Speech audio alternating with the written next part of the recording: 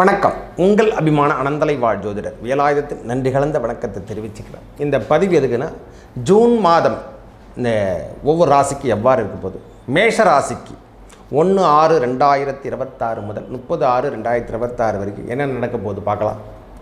June மாதம் என்று சொன்னாலே இந்த கிரகங்கள் பெயர்ச்சி என்று சொல்லக்கூடிய அமைப்பில் பார்க்கும் போதெல்லாம் இந்த இடத்துல 3 கிரகங்கள் இந்த மாதங்கள் மாறப்போகுது. முக்கியமாக சுக்கிர பகவான், அடுத்ததாக நம்ம ராசிநாதன் என்று சொல்லக்கூடிய செவ்வாய் பகவான் நம்ம ராசிக்கு 20ஆம் தேதியிலிருந்து மாறப்போகிறார். நம்ம ராசியிலிருந்து 2ஆம் இடத்துக்கு செல்லுகின்ற காலம். அப்போ மேஷ ராசியை பொறுத்த வரைக்கும் ராசிநாதன் 2ஆம் இடத்துக்கு செல்லுகின்ற காலம். அதே போல் குரு பகவானுடைய பயிற்சியும் நாம் நடந்து முடிஞ்சிடுச்சு. ஏன்னா அந்த கிரகத்தோடு சேரக்கூடிய கிரகம் நம்ம 2ஆம் அதிபதியும் 4ஆம் இடத்துல சம்மந்தப்பட போகிறார். அப்போ வீடு சார்ந்த விஷயத்தில் நம்ம வண்டி வாகனங்களை வாங்கலை, அதாவது 2 வீலர் வாங்கலை, 4 வீலர் வாங்கலை, இடம் வாங்கலை, வீடு கட்டலை, இந்த மாதிரி விஷயத்தை நாம் தேர்ந்தெடுக்கக்கூடிய காலம் என்று கூட சொல்லலாம். ஒரே வார்த்தையில் the good time the start now. எல்லாருக்குமே வேலை என்பது ரொம்ப முக்கியம், தொழில் என்பது ரொம்ப முக்கியம் அல்லவா. அந்த குரு பகவானோடு சேர்த்து 2ஆம் அதிபதியும் சேர்த்து நேரடியாக 10ஆம் இடத்தை பார்க்கும் பொழுதெல்லாம் வேலைக்கான அமைப்பு உண்டு. உறுதியான ஒரு வேலை வாய்ப்பு கன்ஃபார்மே பண்ணிங்க சுவாமி. நிறைய பேருக்கு வேலை இல்லாமல் போனவங்களுக்கெல்லாம் இப்போ வேலை வாய்ப்பு கிடைக்கின்ற காலம். ஏன்னா அந்த ஜீவனம் என்று சொல்லக்கூடிய இடத்தை பகவானுடைய பார்வை நேரடியாக படத்தாலையும் அங்கே சுக்கிரன் 2ஆம் அதிபதியும் சம்பந்தப்படுகின்ற காலம். அப்போது இந்த குட் டைம் த ஸ்டார்ட் நவ். இந்த தாயார் உடல்நலத்தில் மட்டும் கொஞ்சம் அக்கறை எடுத்துக்கணும். ஏன்னா 4ஆம் இடத்தை குரு சுக்கிரன் சேர்க்கை பெறுவது என்பது தாயார் என்று சொல்லக்கூடிய மாத்ருஸ்தானம் அல்லவா. அந்த 2 கிரகங்களும் பகை பெற்ற கிரகங்கள், எங்கு சேர்ந்தாலும் கொஞ்சம் தொந்தரவு கொடுக்கும். ஒன்று தாயார் உடல்நலத்தில் பங்கம் வருகின்ற மாதிரி, இல்லை வண்டி வாகனங்களில் கொஞ்சம் பிரச்சனை தருகின்ற மாதிரி விஷயங்கள் எல்லாமே கண்டிப்பாக உண்டு. நல்லா இருக்குதுன்னு ஒரே வார்த்தை சொல்லலாம். இந்த மாதம் வேலைக்கான அமைப்பு உண்டு, வருமானத்துக்கான அமைப்பு உண்டு. பயப்படணும் அவசியம் இல்லை. 20/6/2026 அப்புறம் தான் அந்த நம்ம ராசிநாதன் செவ்வாய் பகவான் இடம்பெயர்கின்ற காலம். அப்போ 2ஆம் இடத்துக்கு போகின்ற நேரத்தில் நம்மளுக்கு வேலைக்கான அமைப்பு, உடம்புக்கான இருந்து வந்த பிரச்சனை, கூடுதல் கவனம் ரொம்ப முக்கியமாக இந்த நேரத்தில். ஏன்னா சனியோட பார்வையும் செவ்வாய் வாங்குறாரு. அதனால் உடல் நலத்தில் கொஞ்சம் அக்கறை எடுத்துக்கணும். வருமானத்தையும் சேர்த்து கொடுப்பார், நான் இல்லைன்னே சொல்லலை. 2ஆம் இடத்தில் செல்லுகின்ற கிரகங்கள் வலிமை பெற்றே காணப்படும். சுக்கிரனோட வீட்டில் எந்த கிரகம் அமர்ந்திருந்தாலும் இதுவரைக்கும் இருந்து வந்த தடை விலகும் என்று தான் கொடுத்துருக்காங்க. வரவு தருகின்ற விஷயங்கள் அதிகரிக்கக்கூடிய காலம் மேஷராசி.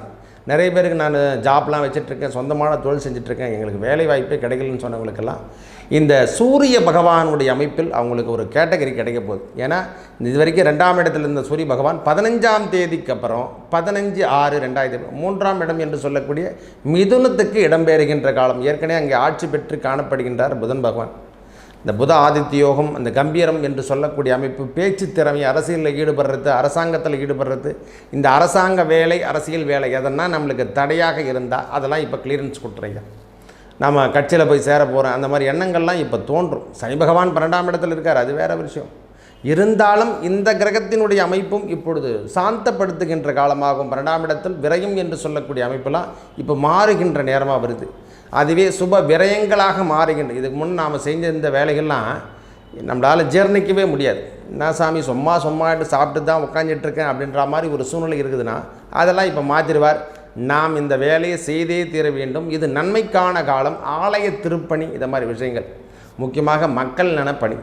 சனி என்று சொன்னாலே மக்கள் கூட்டம், அந்த மக்களுக்கு சேவை செய்கின்ற பாக்கியம், இல்லை ஆலயம் சார்ந்த விஷயத்தை எடுத்து நடத்துறது, இல்லை ஆன்மீக பயணங்களை தொடர்கின்ற காலமாக இந்த மாதம் கண்டிப்பாக ஜூன் மாதம் 1/6 தொடங்கி 30/6 வரைக்கும் நம்மளுக்கு ஒரு ஃப்ரீ டெலிவரி போகிற மாதிரி ஒரு ஸ்பீடாக போயிடும். ஏன்னா 2ஆம் இடத்துல செவ்வாய் பகவான் இடம்பெயர வரைக்கும் உங்களுக்கு தொந்தரவே கிடையாது.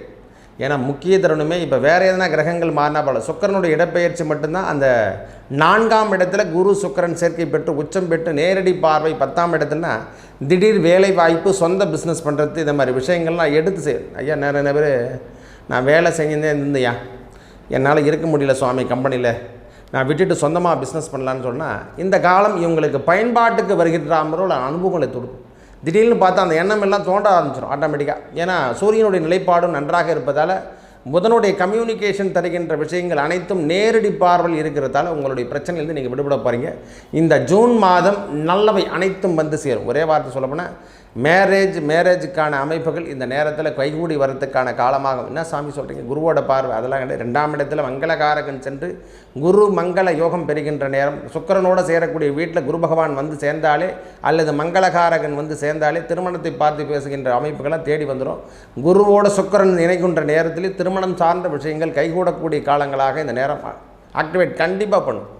இது வரைக்கும் தடையாக இருந்தால் இந்த மாதிரி விஷயங்கள் இனி விட்டு விலகும். அதே போல் நிறைய பேருக்கு இந்த கன்சீவ் ஆகிறதுக்கான ரொம்ப நீண்ட நாட்களாக திருமணம் ஆயிடுச்சு, எனக்கு குழந்தை இல்லை அப்படின்னு சொன்னவங்களுக்கெல்லாம் நம் ஜீவன கர்மாவை செய்யறதுக்கு ஒரு குழந்தை பிறப்பான். இதெல்லாம் எப்படின்னா அந்த ஜீவன கர்மாவை நேரடியாக பார்க்கின்ற இடம் 4ஆம் இடத்துலேருந்து குரு பகவான் பார்ப்பார். அந்த சனி பகவானையும் சேர்த்து பார்க்கும்போது நாம் ஜீவனத்துக்கு செய்யறதுக்கான கர்மா, நம்மளுடைய கர்மா செய்யறதுக்கு யாருன்னா ஒரு ஆள் வரணும் இல்லை, அந்த கர்மாவை பிறப்பு தருகின்ற விஷயமாக நம்மளுக்கு 8ஆம் இடத்துலையும் அவருடைய பார்வை பதிகிறதால இந்த நேரத்தில் கண்டிப்பாக மேஷராசிக்காரர்களுக்கு எதிர்பார்த்திருந்த குழந்தை பாக்கியம் கிடைக்கின்ற காலமாக மாறும். The good time the start now. இது வரைக்கும் ரொம்ப நாள் ஆயிடுச்சுங்க, கல்யாணம் ஆகிட்டு ஒரு 8 வருஷம் ஆயிடுச்சு 10 வருஷம் ஆயிடுச்சுன்னு சொன்னவங்களுக்கெல்லாம் திடீர் ஜாக்பாட் அடித்த மாதிரி இந்த சூழ்நிலையெல்லாம் ஒரு குட் நியூஸாக மாறும். வேலை அமைப்பில் இருந்து வந்த பிரச்சனை விலகும். வருமானத்தில் இருந்து வந்த பிரச்சனை அழகும். இதெல்லாம் இது ஒரு சப்ஜெக்ட்லாம் நம்மளுக்கு கூடுதலாக கொடுக்கின்ற அமைப்பு. ஏன்னா எல்லாருக்குமே குரு பயிற்சி பற்றி தான் பேசினாங்க. மற்ற கிரகங்கள் கொடுக்கின்ற வலு என்பது மாத கிரகங்கள் இந்த விஷத்துக்கு கொடுக்க வேண்டிய பலாபலனை கொடுத்துட்டு போயிடும். 3ஆம் இடத்துல சூரியன் புதன் ஆக்டிவேட் பண்ணும் போதே உங்களுக்கு தைரியம் தன்னம்பிக்கை அதிகரிக்கும். இடம் விட்டு செல்லுகின்ற பிரயாணம் என்று சொல்லக்கூடிய ஆன்மீக பயணங்கள் செல்லுகின்ற பாக்கியம் இந்த மாதிரி விஷயங்கள்லாம் ஏற்படுத்தும். ஒரு 15 தேதிக்கு அப்புறம் வெளியூர் பயணங்கள் தொடர்கின்றார் போல் ஒரு சூழ்நிலையெல்லாம் இருக்கும். உடல் சார்ந்த விஷயத்தில் கொஞ்சம் கவனத்தை எடுத்துங்க, நான் இல்லைன்னே சொல்லலை. ஆனால் உடம்பு சார்ந்த விஷயத்தில் இருந்து வந்த பிரச்சனை இப்பொழுது விலகும். நிறைய பேருக்கு சொக்கமாக இருக்குது, ஐயா ஒரு பிரச்சனையாக இருக்குது என்னென்னே தெரியல, உள்ளே எதுவும் வேறு டெஸ்ட் எடுத்து பார்த்தா ஒன்றும் பிரச்சனை இல்லை, ஆனால் ஏதோ நம்மளை உடுத்துறா மாதிரி ஒரு சூழ்நிலையெல்லாம் இருந்து கொண்டு தான் இருக்குதுன்ற மாதிரி ஒரு சூழ்நிலை எப்பொழுதுமே காணப்படும். மேஷத்தை பொறுத்த வரைக்கும் துணிவே துணை. செவ்வாய் பகவான் ஆட்சி பெற்றிருப்பது ரொம்ப நன்மையை தரும். அதனால் பயப்படணும் அவசியம் இல்லை. இந்த மாதம் செல்வங்கள் வந்து சேருகின்ற மாதமாகும். வேலை வாய்ப்பு சேருகின்ற மாதமும் இல்லை, சொந்தமாக பிஸ்னஸ் பண்ணுற மாதிரி ஒரு சூழ்நிலையும் காணப்படும். நல்லவை அனைத்தும் வந்து சேரும். நல்லதே நடக்கும். நன்றி, வணக்கம்.